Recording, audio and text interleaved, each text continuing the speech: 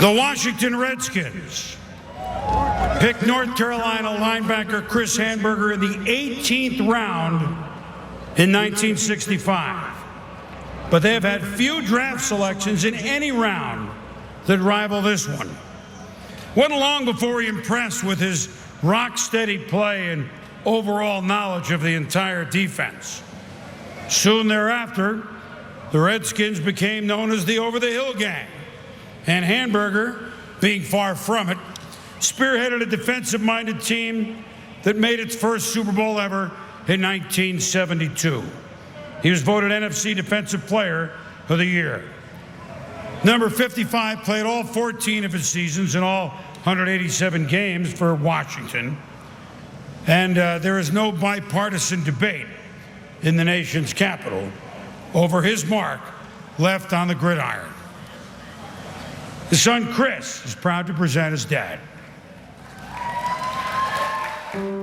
He came back from a weekend trip. I think he may have been visiting my mom. And when he got back to campus, some of his friends came up and said, "Hey, you've been drafted by the Washington Redskins." And he had no idea. And so, without any fanfare, began the NFL career of Chris Hanburger, an 18th round draft pick out of the University of North Carolina.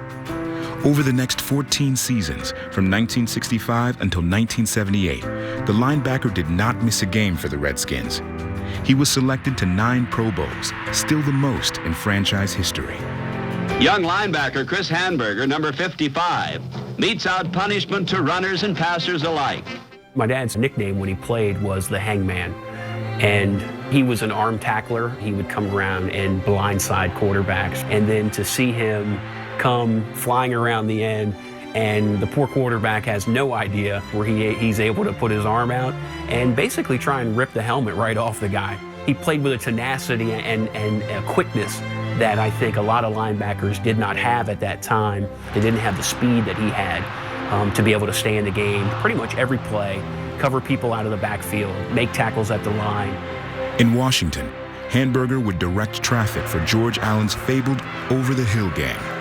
It was his job to make sure the defense was in the right place to be able to combat the offense at that time. Absolutely, he was the quarterback of the defense. And I remember as a kid hearing the clack, clack, clack of Dad watching game film over and over and over again. Oh, he's going to get hooked. He's going to get hooked. If a phone call came on a Friday night at a certain time, he didn't even need to say hello. He would just say, "Hey, Coach." And he knew George Allen was calling to talk about something that was going to happen or something about the opposing team that was coming up that weekend. Looking back, I guess there are moments where I wish I did get to see him play live. I was 5 when he retired, and my mom actually had a policy of keeping the kids out of the room when Dad was playing. So my sisters, while they may have wanted to watch their dad play, they weren't allowed to. And I knew he was a tough guy from growing up with him, but seeing him on film, it really brought out that he was an exceptional player.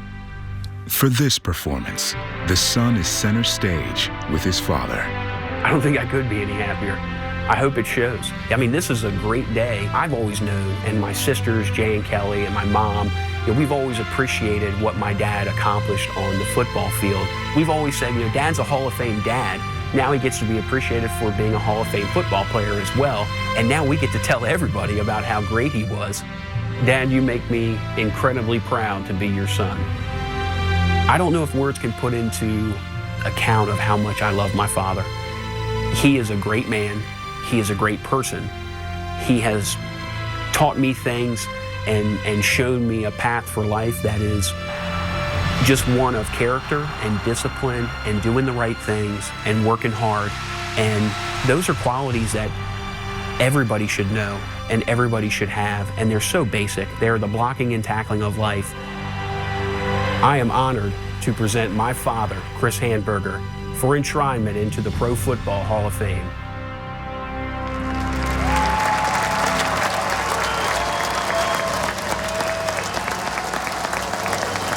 Ladies and gentlemen, presenting Chris Hanburger for enshrinement into the Pro Football Hall of Fame, his son Chris.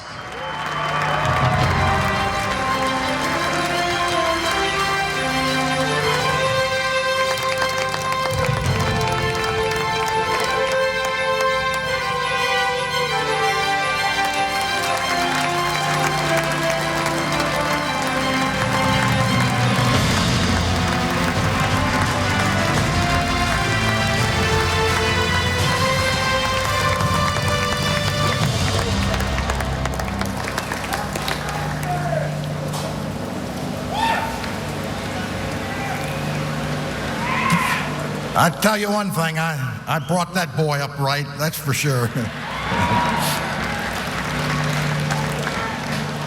Before I get started, it's hard for me to see at my age up close or far away, but there are some guys that I played with out there. I think I could see one of them because he's got a full head of gray hair that attracted my attention. That's Billy Kilmer. There he goes. Ron McDowell, the Dancing Bear, defensive end. And I think Brig Owens might be out there. There he is. And I'm not sure about Pat Fisher. I think Pat was coming. And Larry Brown, I don't know if he made, there he is. Thank you, guys.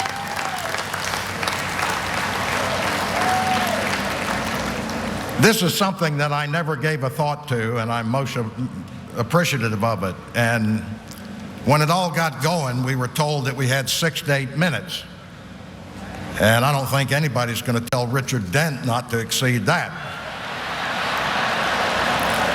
But I got to thinking about this when I realized where my finances were, bringing my children, their families, my grandkids, and everybody else up here. And I thought, well, you know what? I think I'll try to sell some of my time. I knew Richard Dent was out because if I upset him, I was dead. Marshall Faulk was out because he walks around with his phone texting and twittering and whatever else all day long. And I realized that there were 2 other guys that do a lot of talking on TV and everything else.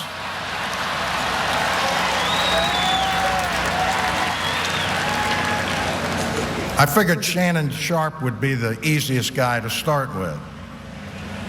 I closed him real quick. Put a wad of cash in my pocket. I went to the last guy, Prime Time. He told me I had to go talk to his agent.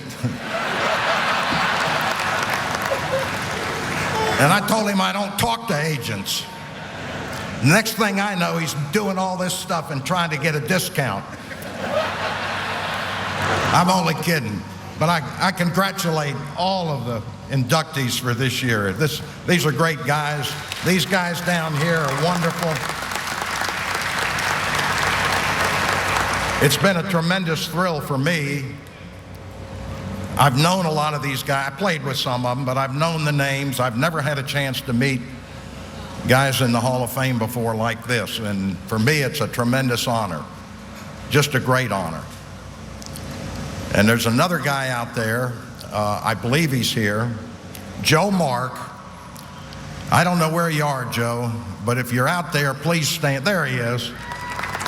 This is the guy at the University of North Carolina where I went to college. Back when I was in college, you could only substitute a couple of players when the ball turned over. Other than that, you just stayed on the field and played offense and defense. And I used to go in as a sophomore and play for an All-American receiver we had. After that year, Coach Mark grabbed me and said, son, you better learn how to snap the ball. You're going to play center. And not only do you have to get it to the quarterback, but you got to get it back to the punter and for extra points. And all summer I worked on that, never did get it down very well, but that's how I got to play linebacker, because the center became a linebacker on defense. And I think it was I think they were just running out of folks to grab when I got drafted. It was like throwing darts at a board and somebody hit my name and the Redskins got stuck with me. But I want to thank all you folks for being here. I think it's fantastic. It's overwhelming for me. I had a blast in the parade today. The folks of Canton y'all are tremendous. And I think the support, it's just great.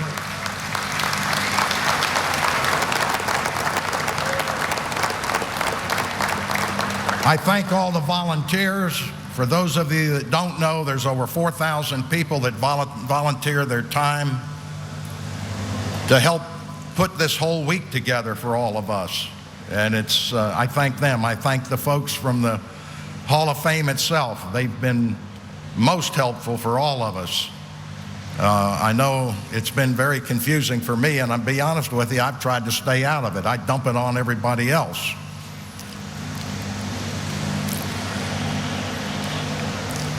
I don't understand the process to get in here at all.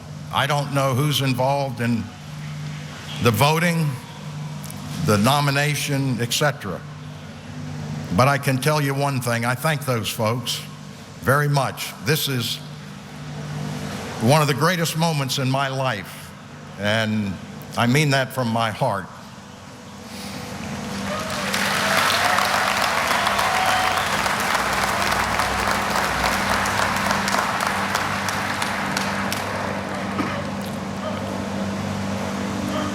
And I will tell you that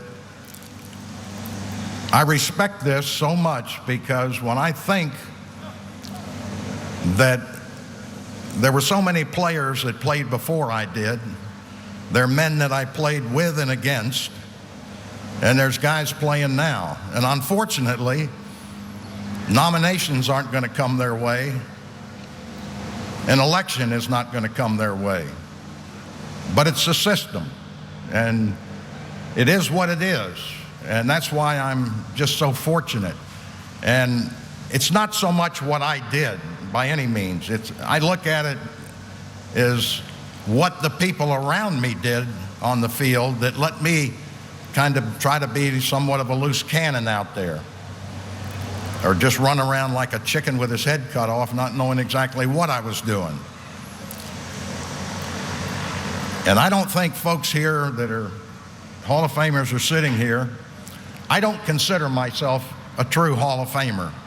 And I say that because to me, and I'm an Army brat, I spent 2 years in the Army right out of high school before I went to to college.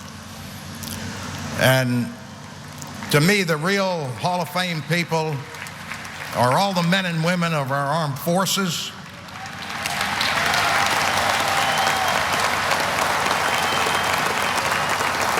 all the men and women in law enforcement, and all the firefighters, men and women. These people, to me, go over and beyond making a tackle or a blitz or doing anything, completing a pass. They're wonderful people. And I just ask you, when you get a chance, just thank them. 2 words, thank you. That means the world to them. And I appreciate so much my family.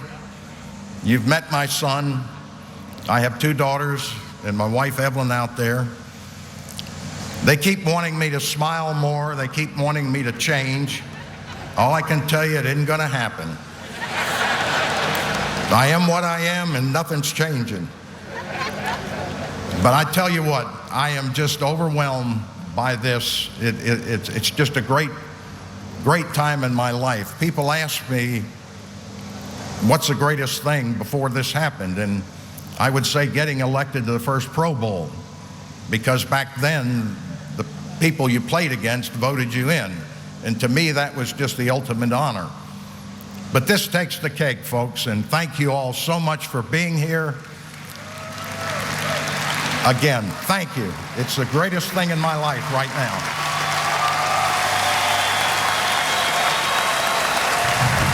I don't think many of us had Chris Hamburger as the first enshrinee to mention Twitter, but he did it, Tommy. Yeah, and I just want people to know what a great linebacker he was. You know, that hit above the neck, that's what I patterned myself after. A lot of tight ends patted themselves after